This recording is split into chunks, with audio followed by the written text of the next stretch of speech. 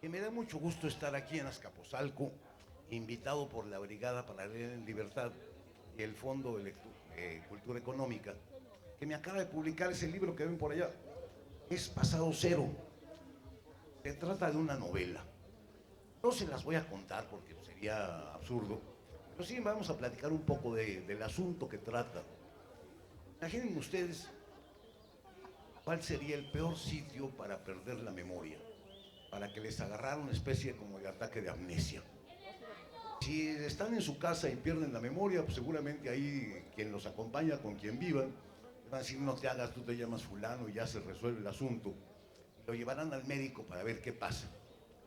Si pierden la memoria en el taxi, pues seguramente el taxista sabe a dónde llevarlos, y cuando lleguen ahí preguntan a qué vine y les dicen: ah, pues viniste a esto. Y ¿dónde es el peor sitio para perder la memoria? Yo estuve pensando un rato en esto. Descubrí que el peor lugar de todos es la sala de espera de un aeropuerto. Uno de pronto cobra conciencia ahí, voltea para un lado, ve a un chino, voltea para el otro, ve a un japonés, voltea a otro, ve a un coreano, dice uno: estoy en Asia. No, porque hay además un rubio y un moreno y un negro. En fin, hay un popurrí de formas de ser humano que no le permiten a uno reconocerse qué tipo de sujeto es uno. Entonces, mi personaje despierta en un aeropuerto, voltea, se mira en el reflejo de la ventana y dice: ah, caramba, soy mujer. Se levanta, agarra el bolso que trae en las piernas y una maleta, entra al baño a echarse agua en la cara, pues un poco para refrescarse la memoria, él cree. Cuando se pasa la mano húmeda por el cuello, pues siente un cordón, lo jala y saca una bolsita con un montón de pasaportes de distinta nacionalidad. En todos ellos dice que es mujer, pero con distinto nombre y distinta nacionalidad.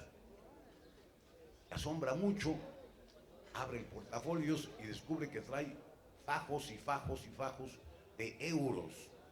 Hace un cálculo, luego ya más tarde va a contar eso en un hotel, y trae alrededor de 6 millones de euros.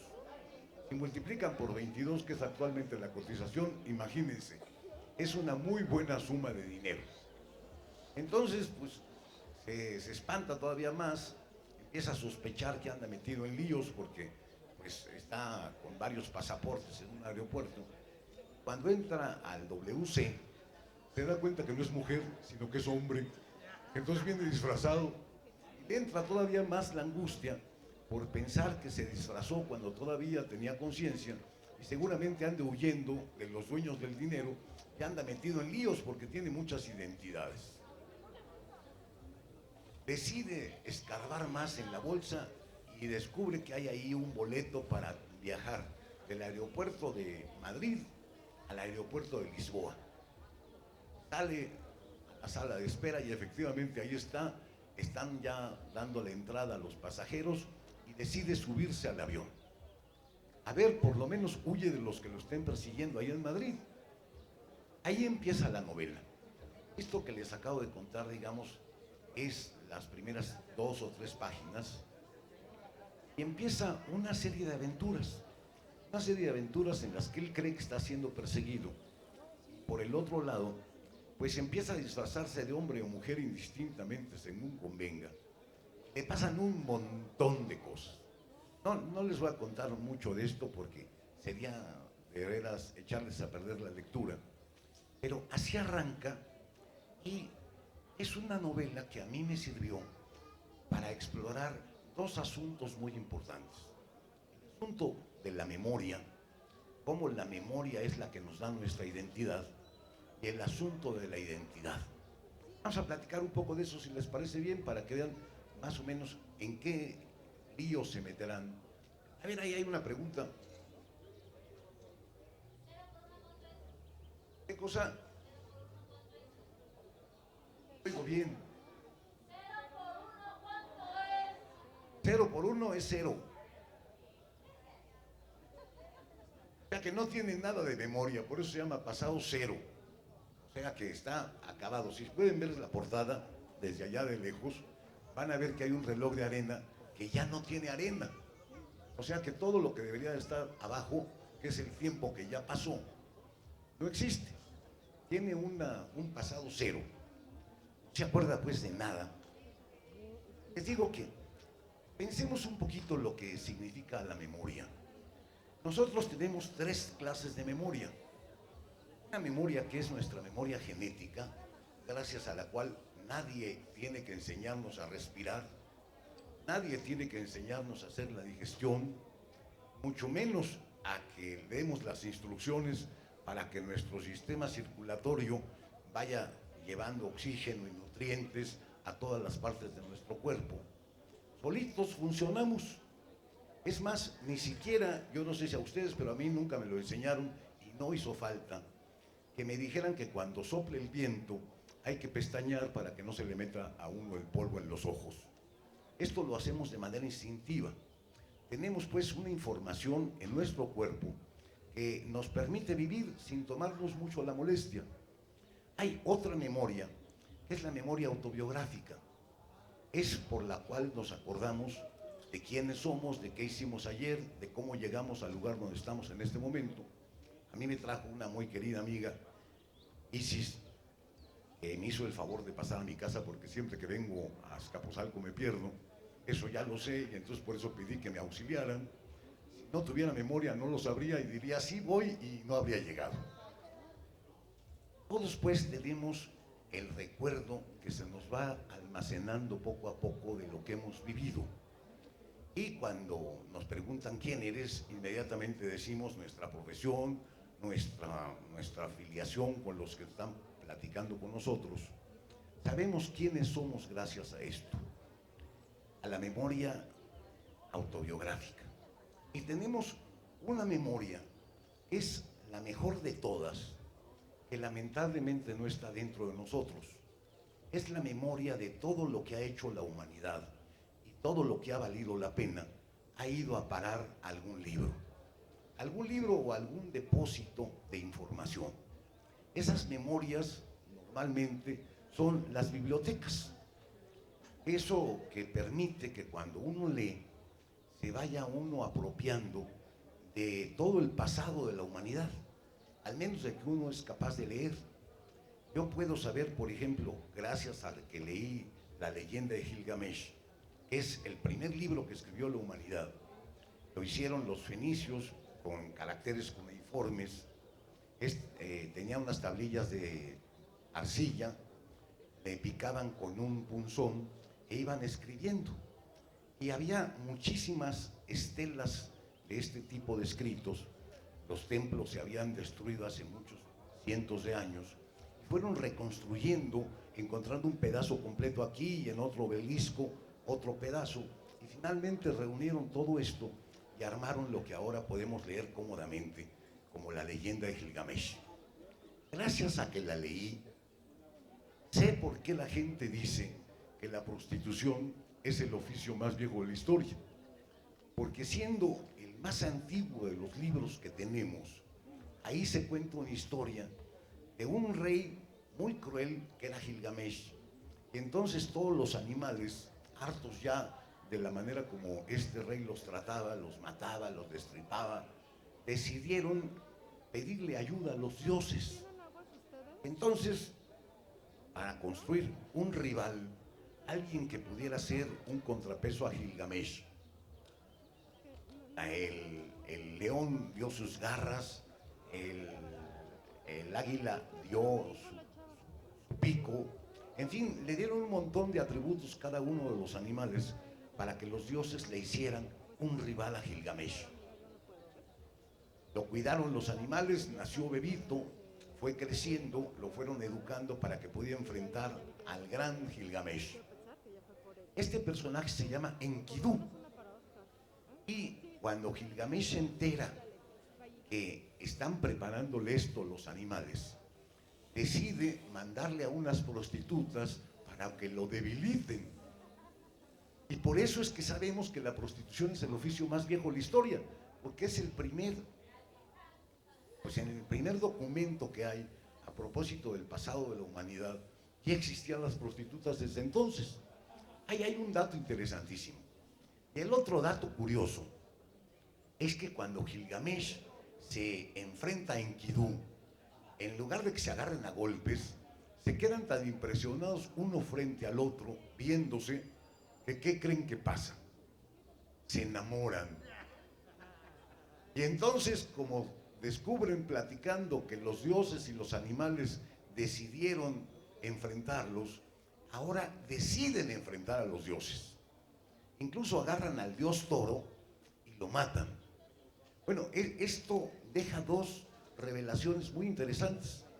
Que la primera forma de amor documentada es la homosexualidad. O sea que no es invento nuevo, ¿eh? Esto viene pero desde muy atrás. Y la otra, quizá la más importante, es que la característica de estos dos personajes es su gran deseo de rebelión, de rebelarse contra los dioses, al grado de, insisto, de que matan a uno de ellos. En la pelea con el dios toro, este logra herir a Enkidu y las pezuñas del dios son tan venenosas que finalmente Enkidu muere. Y el resto de toda la obra es la búsqueda de, ¿qué creen? Pues nada menos que del elixir de la vida. Anda buscando Gilgamesh, ahora que ya comprende que su rival se murió, él también se va a morir. Y entonces el afán perpetuo de Gilgamesh durante todo el resto de la obra es la búsqueda de esa piedra filosofal, de ese elixir de la vida, de esa cosa que puede convertirnos en inmortales. Y lo encuentra. Lo que pasa es que no tiene la certeza de que a lo mejor sea un veneno que le dio uno de los dioses. Piensa que lo engañó y decide llevárselo y probar a ver si efectivamente sirve. Se queda dormido en el camino y cuando despierta, una maldita víbora se tragó el elixir. Por eso las víboras son eternas, según la leyenda, porque van cambiando de piel. Es una leyenda primorosa, la más antigua, es más antigua incluso que la Biblia y por supuesto mucho más antigua que los poemas de Homero, la Ilíada y la Odisea. Nosotros podemos recuperar la memoria de la humanidad leyendo. En el fondo la lectura lo que hace es que nuestra memoria importante, lo que han hecho los seres humanos más listos de toda la historia, pueda ser de nosotros. Y por eso es que salir de una biblioteca o salir de un libro después de haberlo leído es estar ya con una estatura diferente. Por eso es que es tan benéfica la lectura y por eso es que estas ferias como la que organiza la Brigada para Leer en Libertad son una maravilla. Es una contribución para que nosotros podamos hacernos de eso que nos va a permitir terminar parándonos encima de un gigante. Nosotros, como especie Homo sapiens, si no se nos educa, nos convertimos en seres ferales. Hay muchos experimentos, bueno, no experimentos, sino muchas desgracias en las que se ha documentado cómo bebitos que han sido aislados del trato con la sociedad y que simplemente se ha alimentado, cuando han sido descubiertos, pues se comportan exactamente como lo que somos, como Homo sapiens. Se comportan como chimpancés calvos. Somos unos chimpancés sin pelo. Pero no adquieren estas pobres personas a las que llaman seres ferales, como de fiera, feral, no adquieren la capacidad ni siquiera de ponerse en postura erecta. Por supuesto, no terminan por aprender a hablar, porque para aprender a hablar hay que crear unas conexiones en el cerebro que se llaman sinapsis, y estas son posibles con el ejercicio cuando nuestro cerebro está muy joven y tiene plasticidad, tiene flexibilidad, y se nos van creando estas sinapsis. De ahí que sea tan importante, dichos entre paréntesis, empezar a aprender una segunda lengua desde muy pequeños, porque si nada más aprendemos una lengua y luego la queremos aprender ya de grandes, la segunda, nos cuesta un trabajo endemoniado y nunca termina por aprenderse bien. Pero cuando se empieza, cuando el cerebro está joven, a preparar una segunda lengua, se crean las sinapsis y luego uno puede volverse hasta políglota. Yo tuve la desgracia de haber nacido en una familia que no me enseñaron más que español y desde entonces estoy condenado a ser monolingüe. Y conste que he tomado como 40 cursos para poder defenderme siquiera en un aeropuerto, caramba, pero no lo he logrado. Bueno, lo que el ser humano es cuando nace es un simple miembro de la especie Homo sapiens. Es una especie de animalito. Lo que nos convierte en lo que somos es la cultura que vamos adquiriendo. Y esta cultura parte es responsabilidad de las personas que están a nuestro alrededor cuando estamos muy niños, pero después es responsabilidad nuestra hacer de nosotros verdaderamente seres humanos. Yo creo que la lectura, por eso, es uno de los ingredientes más importantes de la sociedad. Y por eso es que me presto con muchísimo gusto a tratar de compartir mi amor por la lectura cada que me presento en estos lugares, porque entiendo el beneficio verdaderamente maravilloso que me reporta la lectura de cualquier libro. Bueno, la tercera memoria, pues, es la memoria externa que está en las bibliotecas. Voy a preguntarle una cosa. La memoria más importante de todas ellas, cada persona cree que es la memoria autobiográfica, porque es la que me permite saber qué ha sido de mi vida. Les quiero hacer una pregunta. ¿Ustedes creen que la memoria es de fiar? No. No. Fíjense que tenemos muchas facultades los seres humanos. Tenemos la capacidad de razonar y aunque la usamos poco, a veces cuando la usamos bien, nos funciona bien. Normalmente nos hacemos bolas nosotros mismos y nos equivocamos al razonar. Sobre todo cuando estamos muy influidos por las emociones, no razonamos bien. Pero ahí está la facultad racional. Tenemos también la facultad de imaginar. Y a veces unos tienen mucha potencia y pueden inventar un montón de cosas divertidas o otros mundos, cosas por el estilo. Y a veces uno se imagina, pues, lo que quisiera ser de grande, uno se imagina cómo sería un país mejor, uno se imagina una utopía personal. Y ahí estamos haciendo uso de la imaginación. Creo que de todas nuestras facultades es con la que nos la pasamos mejor. Yo no sé ustedes, pero cuando tenía la afición de comprar billetes de lotería, me pasaba la semana entera soñando lo que iba a hacer si me la ganaba. Y no tienen ustedes idea qué barato era el viaje. Conseguí alguna vez un par de reintegros, pero la verdad, qué bueno que me quité de eso, ahora lo ahorro y tengo más dinero. Pero sí extraño esas ensoñaciones que me echaba, sobre todo de adolescente, pensando que con ese dinero me iba a comprar una moto y con la moto me iba a conseguir la chava güera que me gustaba y con la chava güera ya no les cuento porque eso es para adultos y todavía es muy temprano. Pero eran unos vuelos de la imaginación maravillosos. Viví unas vidas fascinantes gracias a billetes de lotería que en aquellos tiempos costaban 3 pesos. Ahora ya no sé ni cuánto cuestan, creo que cuestan 20 o 50, depende el certamen. Pero, ¿qué pasa con la memoria? Cuando yo me acuerdo realmente de lo que sucedió, o me acuerdo de la última vez que recordé ese recuerdo. Más bien lo que pasa es lo segundo. Hagan ustedes que la memoria es una especie de fotocopiadora y es la fotocopia de la fotocopia de la fotocopia de la fotocopia y cada vez sale más desteñida. Y luego, la memoria solamente fija las cosas que para cada quien resultan muy significativas. Ustedes no se acuerdan de lo que estaban haciendo hace 3 días a las 6 de la tarde. ¿Alguien se acuerda de lo que estaba haciendo hace 3 días? O sea, sábado, viernes, jueves. El jueves a las 6 de la tarde, ¿qué andaban haciendo? ¿Se acuerdan? ¿Qué desayunaron el domingo pasado? ¿Con quién se acostaron hace un mes? Hay esas sonrisas, son muy reveladoras. No están seguros si fue hace un mes, pero sí se acuerdan. Se fijan, hay cosas que son muy significativas que de pronto se quedan prendidas. Pero les voy a hacer a los más grandes una pregunta y contéstensela a ustedes mismos.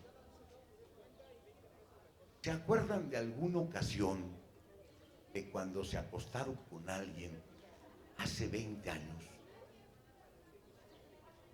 No con quién, a lo mejor todavía lo recuerdan o la recuerdan, pero un día específico, ya no, ¿verdad? Sí, sí, ¿se acuerdan? Qué afortunados. A mí hay décadas completas de mi vida que ya se me perdieron, no sé ni lo que pasó. Con el paso del tiempo, a uno se le va cayendo pedazos del pasado, como se caen los pedazos de los grandes hielos eternos ahí en la Patagonia. Uno ve cómo se desprenden y se fulminan, se disuelven en el mar. Así se va cayendo nuestro pasado. Cuando yo pregunto con algún amigo, con algún familiar, oye, ¿te acuerdas cuando hicimos esto? Sí, sí me acuerdo, pero no es como tú me lo cuentas. Yo fui el protagonista, tú nada más estabas ahí de mirón. No es cierto, yo era el que hice las cosas, tú eres el que estaba ahí nada más haciendo mosca. Cada quien recuerda de manera diferente. Cuando uno compara sus recuerdos con los otros que también los compartieron, comprende uno que la memoria adereza, que la memoria cambia. Les pongo un último ejemplo para que entiendan por qué la memoria es tan defectuosa. Cuando uno toma una decisión, por ejemplo, cambiar de trabajo, ¿de qué se acuerda uno? Uno se acuerda de todos los ratos malos que tuvo en ese oficio. Se acuerda que el jefe lo humilló, se acuerda que le pagaban mal, se acuerda que los compañeros son unos tramposos y se toma la decisión de irse. Cuando uno toma la decisión de quedarse en ese trabajo a pesar de todo, empieza a acordarse del momento en el que el jefe lo felicitó, de la vez que tuvo un aumento, del día que se fue con sus compañeros de trabajo a la cantina y se la pasó muy bien. La memoria es una alcahueta de la voluntad. Solamente me hace recordar lo que conviene a la decisión que he tomado. Y luego todavía peor, cuando uno toma una decisión apoyada en sus recuerdos, porque hace uno los cálculos y dice, esto es lo mejor que puedo decidir, ya que toma esa decisión, la que sea, el cerebro se encarga de convencernos de que efectivamente fue lo mejor. Salvo que tengamos un cerebro enemigo que nos haga arrepentirnos el resto de la vida. Pero normalmente la gente empieza a pensar que si se hubiera ido por ahí, le habría ido peor, le habría ido peor y qué bueno que se fue por acá. Cuando uno compra un coche, ya compró la marca, ya ni modo, se tiene que aguantar con él, empieza uno a verle todas las ventajas a diferencia de las desventajas de los otros. No, hombre, las refacciones son más baratas, el color es más bonito, es más resistente, aunque sea una porquería de automóvil. ¿Por qué? Porque tenemos una necesidad de convalidar nuestros actos y nos ayuda la imaginación, el cerebro y la razón, todas nuestras facultades, para hacernos una vida más o menos a gusto. ¿Qué pasa pues con la memoria cuando se pierde? ¿Por qué le extraña Marcos, el personaje de mi novela? ¿Por qué extraña tanto su identidad? ¿Por qué él anda buscando a lo largo de toda la obra? Y aquí les cuento un pedacito. Cuando Marcos, después de tener un incidente en el que parece que sus enemigos ya lo encontraron y logra escapar, dice, bueno, me encontraron porque como ellos me conocen, saben qué costumbres tengo y aunque no me acuerde, voy a los lugares a los que normalmente voy porque es lo que me gusta. Estoy funcionando sin saber a dónde me conduce mi decisión, porque no me acuerdo por qué fui allí. Pero mis enemigos que sí me conocen saben que yo voy a venir por aquí algún día. me siguen. Entonces, para poder escaparse de sus enemigos, hay un momento en la novela en que ve a un mendigo, se le para adelante, se lo queda viendo, le dice: oye, te compro tus recuerdos. El otro se queda muy sorprendido, cree que se lo están vacilando, pero este saca un montón de dinero y se lo ofrece, y el mendigo empieza a contarle su vida. Dice que no siempre fue mendigo, era un sujeto rico, que tenía una fábrica en la que se hacía aceite de oliva y se dedicaban a exportarla, pero que la esposa junto con el socio se pusieron de acuerdo para despojarlo de ser dueño de la fábrica, para poder meterlo a la cárcel. Y lo lograron. Entonces te dice: entonces mi socio me traicionó con mi esposa y me metió a la cárcel. Y lo repite una y otra vez. Y ese recuerdo entra en su memoria a fuerza de repetirlo, como si cayera una piedra en el fondo de un lago, y va armándose un determinado pasado. Cuando el mendigo le cuenta toda su vida con todos los detalles, la primera reacción de Marcos es: malditos, voy a matar a mi esposa y voy a matar a mi socio. Y como sí tengo dinero, sí puedo. Y se va a matarlos. No les cuento más para que vean, pero para que tengan una idea, la necesidad que tiene el personaje de encontrarse una identidad hace que incluso en algún momento de la obra este personaje se compre una identidad. Bueno, eso trata la novela más o menos. Y hay ahí una muy fuerte crítica a un montón de identidades. Hace muchos años, cuando era joven, me conseguí una beca para irme a estudiar el doctorado en filosofía a la Universidad Complutense de Madrid. Entonces, conozco bien Madrid, viví un par de años por allá. Y como era un estudiante bastante vago, nada más cobraba la beca y me iba a recorrer con la mochila toda Europa, pude vivir en muchos lugares en Europa. Han sido los mejores años de mi vida, se los confieso. No aprendí nada de filosofía, lo cual, qué bueno, pero no saben cuánto aprendí de la vida. Y sobre todo aprendí una cantidad de historia del arte, que creo que podría dar muy bien clases de historia del arte sin haber pasado por una universidad jamás. Porque he estado en catedrales, he estado en museos, he estado horas y horas frente a cuadros que uno, lamentablemente, a veces nada más conoce por fotografías. Yo me pasaba las tardes en el Museo del Prado, en la sala donde está la maja desnuda y la maja vestida de Goya, viéndolas. Y a una veía a la otra, me enteré de la historia. Un ministro de aquel entonces mandó pintar una maja desnuda y una maja vestida. Y las tenía como puerta con bisagra, y cuando estaban sus amigos en su despacho, les abría la desnuda, y cuando se iban y venían la esposa, la tapaba y ponía la vestida. Ese señor era Manuel de Godoy, un ministro del rey Carlos IV. Ese rey Carlos IV, Manuel de Godoy, le ponía los cuernos. Y como esta pintura es de Goya, de Francisco Goya, Goya era el pintor de la corte y pintó a toda la corte. Y el parecido del ministro Manuel de Godoy y del Delfín, del hijo del príncipe cuarto, era tan grande, la denuncia que dejó ahí pintada Goya es tan escandalosa, que cuando se vino el problema que a nosotros nos afectó, a los mexicanos, porque estaba aquí Hidalgo y venía la sucesión, porque Carlos IV estaba encerrado por Napoleón y había quedado medio en entredicho quién era el sucesor. Fue Fernando VII el sucesor, cuando a quien le tocaba era al hijo directo, al inmediato. Pero como metieron ahí la polémica de que no era hijo del rey, sino hijo del ministro, lo quitaron.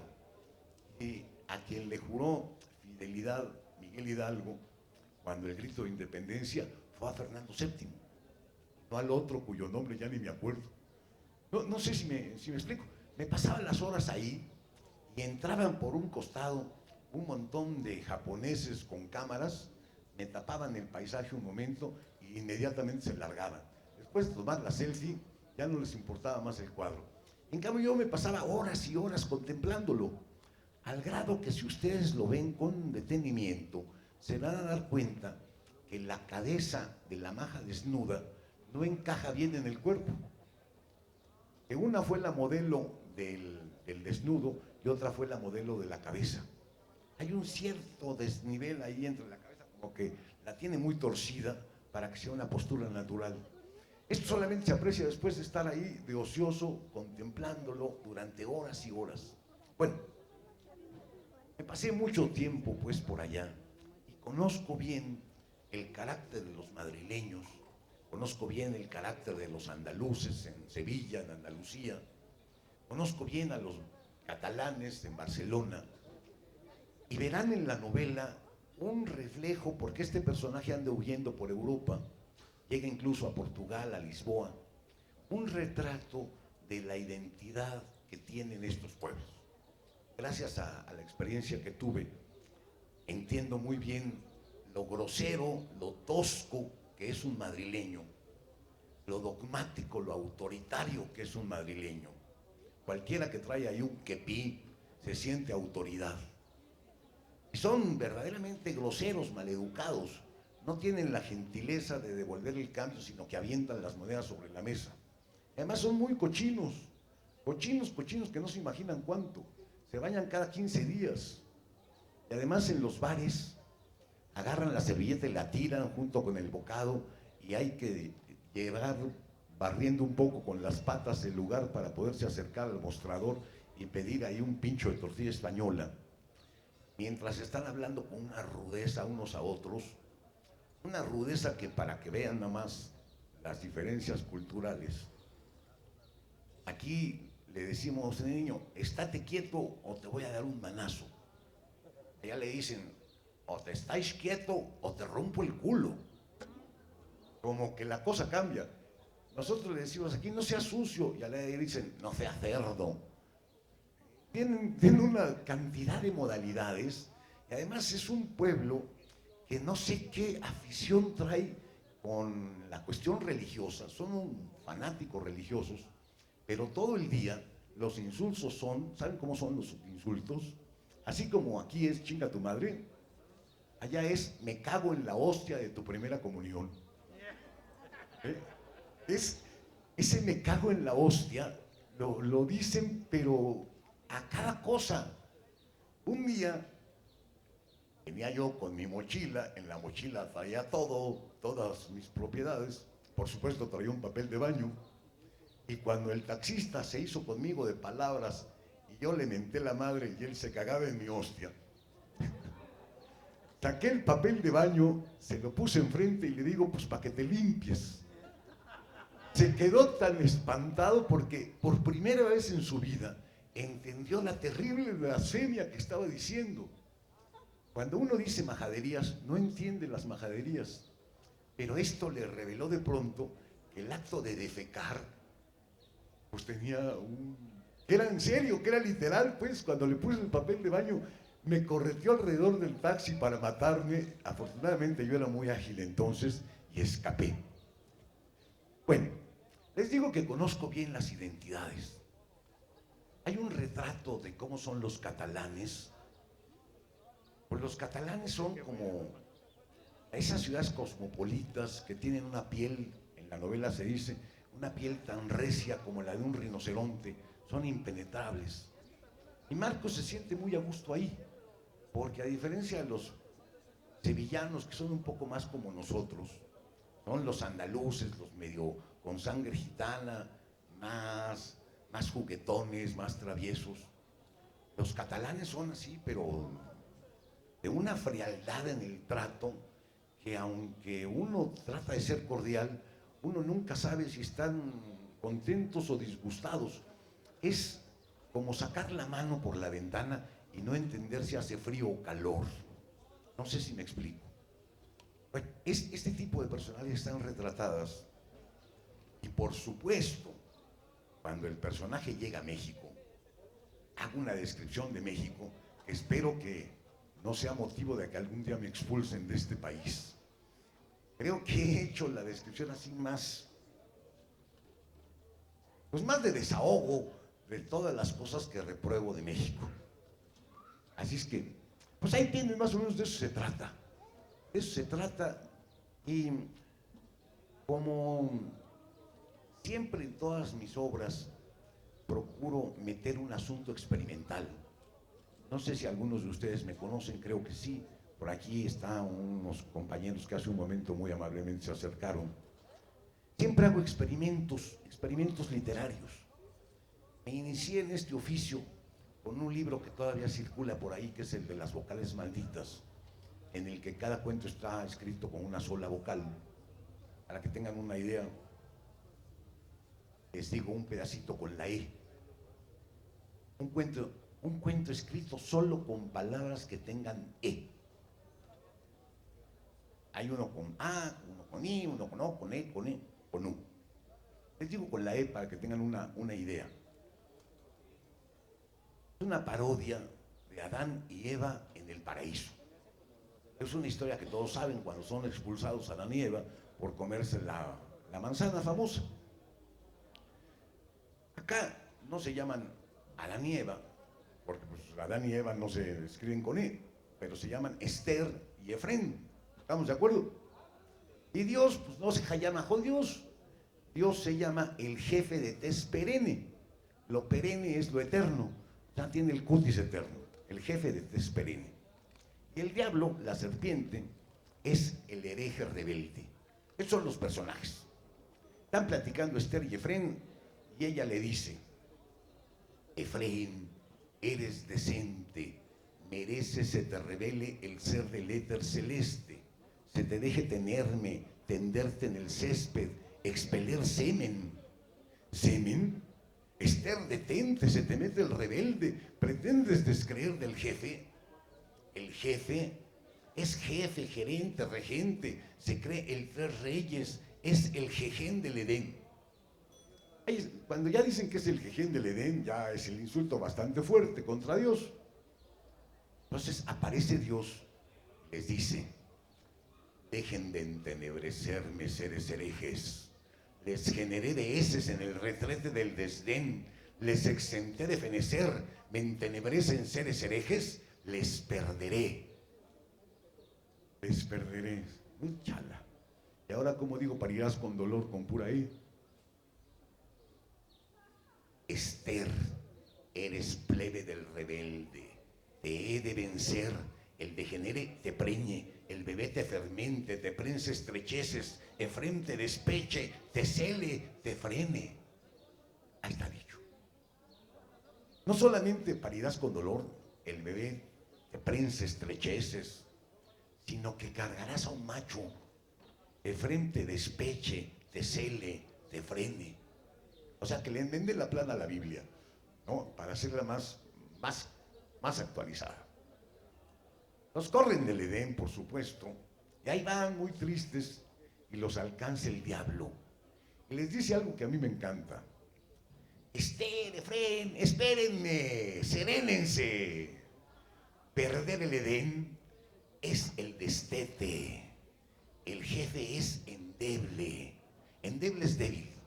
El jefe es endeble, depende del creer, del tenerle fe. Estrenen el entender rebelde, céntrense, bésense, desde este mes se pertenecen, es menester vencer.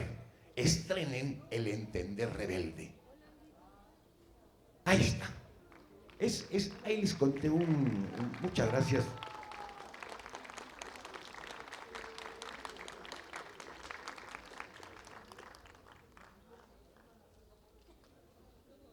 Pues así, este es un pequeño resumen pues del cuento, todo escrito con E.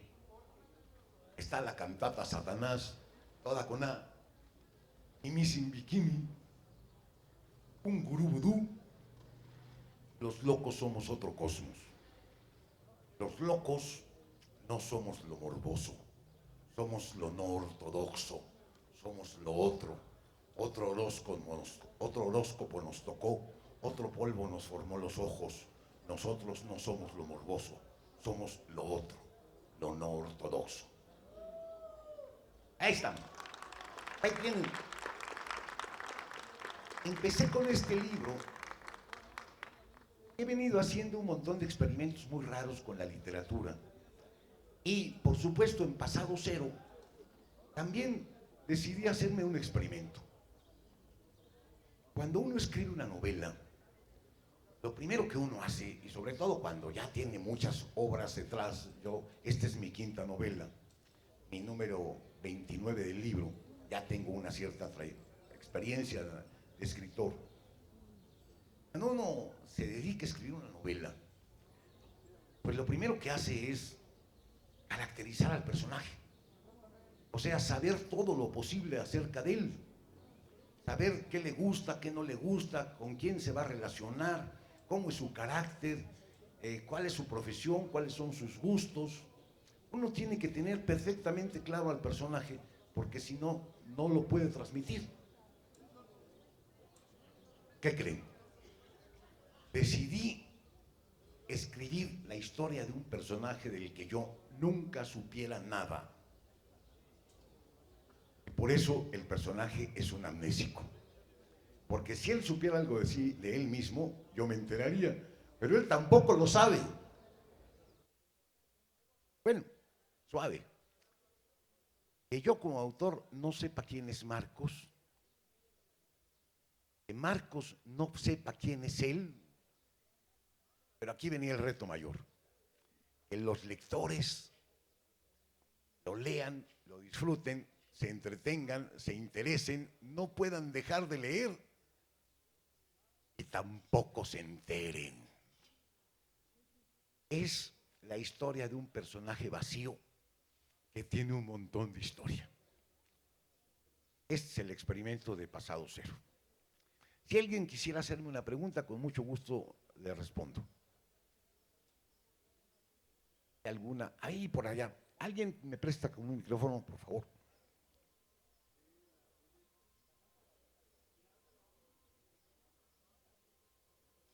Gracias. ¿Qué tal, maestro? Buenas tardes. Un gusto verle, leerle, saberle. Sobre Ucronías, manual de Ucronías, no lo he podido conseguir, ya está en las librerías de viejo. ¿Habrá reediciones? Pues. ¿Nos puede platicar también de dónde sale la Ucronía? Claro, ahí va. Lo primero, una noticia buena. Espero el Fondo de Cultura ya tiene dos de los libros principales donde recogí las ucronías. Uno que se llama Instrucciones para destruir la realidad y otro que se llama Asalto al infierno. Espero que muy pronto los dos libros estén compilados en uno, así como acaban de publicarme hace un par de años en el Fondo dos novelas, mis dos primeras novelas, Nada es para tanto y Todo está permitido. Ahora me van a publicar estas dos, ya viene en camino. ¿De dónde nació la ucronía? Les cuento. Yo era poeta y pues hice un poema bastante bueno, según yo, y fui a la revista Vuelta hace 1000 años, cuando todavía vivía Octavio Paz. Dejé el texto en la oficialía de partes y volví al mes y me dijeron que no. Llevé otros 2 poemas, luego llevé 3 poemas, luego llevé un cuento. Se hizo tan cuate mío el de la puerta que un día me dijo: oiga, joven, ya no venga, ya no venga. Tienen llenos los números hasta los próximos 10 años. Entonces yo dije, no me voy a mantener virgen para paz. Pero ¿dónde demonios puedo publicar? En aquellos años había habido un pleito muy fuerte entre los que se quedaron en la revista Excelsior y en la revista Plural y el grupo de Vuelta con Octavio Paz. Había habido un golpe terrible porque el que era jefe del sindicato del periódico Excelsior, Regino Díaz Redondo, le había dado literalmente un golpe de estado a Julio Scherer, el que creó la revista Proceso. Y Octavio Paz, que era director de la revista Plural, indignado frente a esto porque la cooperativa había votado a Scherer, decidió renunciar y crear la revista Vuelta. Entonces, a la revista Plural subió un maestro mío que tenía la peculiaridad de ser totalmente de izquierda. Me refiero a Jaime Labastida. Jaime Labastida es un poeta todavía que anda por ahí. Él fue director de la Facultad de Filosofía y Letras en la Universidad Michoacana cuando el 68, y en ese momento estaba como rector de la Universidad de Michoacán, Elí de Gortari, un marxista tremendo, con además una obra muy importante sobre la dialéctica y la ciencia. Los dos habían salido huyendo de Michoacán, metidos en la cajuela de un coche. Además, Jaime Labastida había sido uno de los muchos colaboradores dentro de un grupo de poesía revolucionaria que en su momento se hizo llamar La Espiga Motinada. Era mi profe y de pronto amaneció convertido en pues el director de la revista Plural y empezó a publicar obras de Ernesto Cardenal, obras de todos los poetas revolucionarios de Latinoamérica en la revista Plural. Siendo que antes Octavio Paz en la revista Plural había publicado a lo que ahora se les llama con un término genérico fifís. El periódico se volvió gobernista y en cambio la revista se volvió izquierdista como nunca lo había sido en su vida. Y yo empecé a publicar en Plural. Publicaba una columna que se llamaba El Ucronario. Ya estando ahí, me brinqué al Excelsior. Empecé a publicar ucronías. ¿Qué eran las ucronías? Como no me querían publicar en ninguna parte, y en ese entonces la gente leía periódicos, pues dije, yo lo que quiero publicar son mis fantasías, pero nadie las quiere porque yo soy cuentista. Pues ¿qué hago? Pues me disfrazo de periodista y presento mis historias como si fueran periodismo. Entonces, las historias más delirantes que se puedan imaginar, que en la literatura serían normales, bueno, ni tan normales. Resucitar un muerto en la Cruz Roja de Polanco, pues no está mal. Pero cuando eso se presenta como noticia, como un reportaje, una entrevista al muerto, no saben qué escándalo provoqué, pero precioso. Cuando a uno se le ocurre que el pasado de México no son los mexicas que estaban aquí antes de la llegada de los españoles, sino que el pasado de México se remonta a una antigüedad de 18,000 años, y dice uno que debajo del Templo Mayor hay un altar monolítico con un culto antiquísimo al demonio, y provoca uno un desmadre, literalmente un desmadre, en el Templo Mayor. Las cosas que en un texto literario serían interesantes, en un periódico presentadas como auténticas, se vuelven un relajo. Las ucronías fue eso. Yo, que siempre he sido un fantasioso, disfrazado de alguien que tenía veracidad. No verosimilitud, sino veracidad. Me disfracé de periodista y empecé a hacer unos desórdenes maravillosos.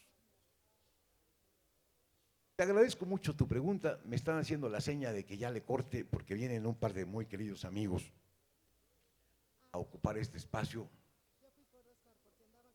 Querida Castro, mi querido Chimal, les dejo aquí este sitio. Les doy la bienvenida pues a nombre de la brigada. Somos camaradas en este oficio y les agradezco a todos los demás su atención. Muchas gracias. Démosle un gran aplauso al maestro Óscar de la Borbolla.